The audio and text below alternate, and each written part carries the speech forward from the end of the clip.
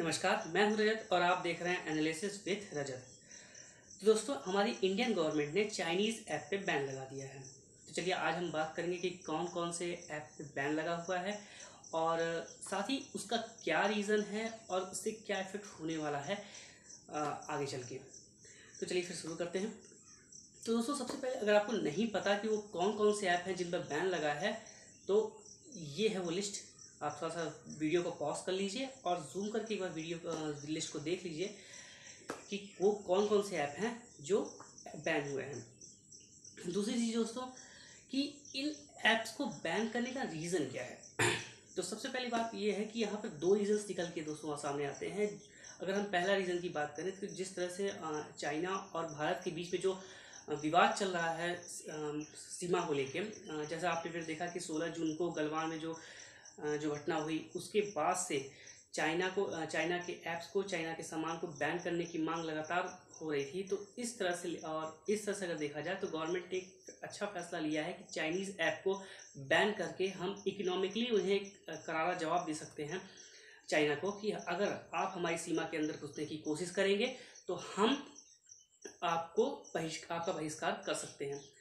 दूसरी चीज़ दोस्तों, चाइना के ऐप को एक तरह से और अगर देखा जाए तो बैन करना जरूरी इसलिए था क्योंकि जो भी आप चाइनीज़ ऐप यूज़ करते हैं वो सभी आपका डेटा, यानी आपकी जो पर्सनल डेटाज होते हैं, वो चाइनीज़ ऐप के साथ शेयर हो जाता है। और इस तरह से ये चाइनीज़ गवर्नमेंट के पास एक तरह समझिए कि आपका पर्सनल डेटा होता है, यानी आपसे के सुबह से लेकर शाम तक जो भी आप काम करते हैं वो सभी डेटा चाइनीज़ ऐप के पास और चाइनीज़ गवर्नमेंट के पास पहुंच जाता है।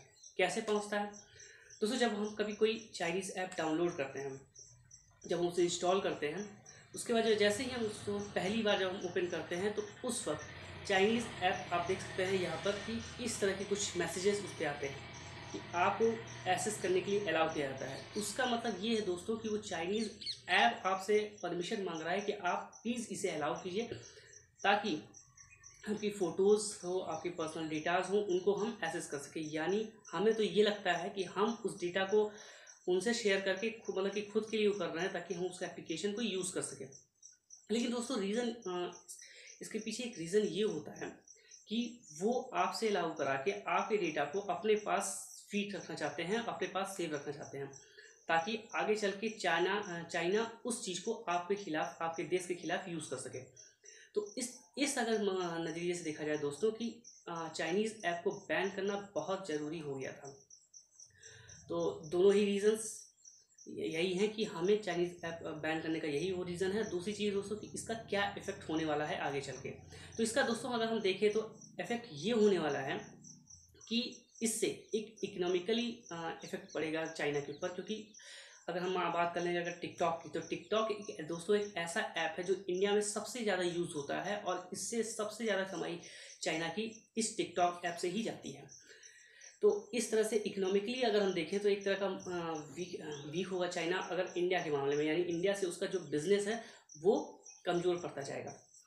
तो एक बहुत ही अच्छा इफेक्ट है दोस्तों। और अगर एक देखें तो एक इसका बैड इफेक्ट ये पड़ेगा कि जो वर्कर्स हैं, जो एम्प्लॉयज़ हैं, जो चाइना के लिए काम करते हैं, जो चाइनीज़ ऐप के लिए काम करते हैं, उन पे ये इफेक्ट पड़ सकता है, उनकी इनकम पे ये इफेक्ट पड़ सकता है। क्योंकि अगर इंडिया से एक बड़ा हिस्सा जो इनकम का उनका आ रहा है वो अब इस वजह से बंद हो जाएगा।